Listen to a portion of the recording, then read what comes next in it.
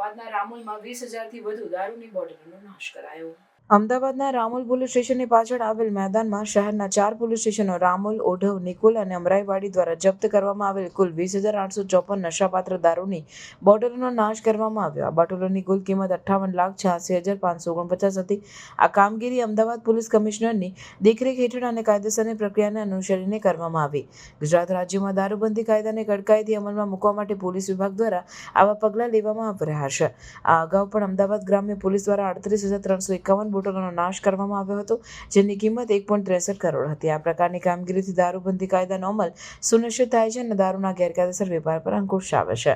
આ નાશની પ્રક્રિયા દરમિયાન અધિકારીઓએ જણાવ્યું હતું કે દારૂબંધી કાયદાના અમલ માટે પોલીસ વિભાગ સતત પ્રયાસશીલ છે. દર વર્ષે રાજ્યમાં લાખો બોટલો જપ્ત કરવામાં આવે છે અને આ પ્રકારની કાર્યવાહીથી દારૂના ગેરકાયદેસર પ્રવાહને રોકવામાં મદદ મળે છે.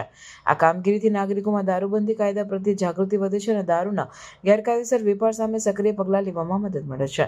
પોલીસ વિભાગે નાગરિકોને અપીલ કરી છે કે જો તેઓ કોઈ દારૂના ગેરકાયદેસર પ્રવાહની માહિતી જાણે છે તો તાત્કાલિક પોલીસને જાણ કરે, જેથી કાયદાનો અમલ વધુ અસરકારક રીતે થઈ શકે.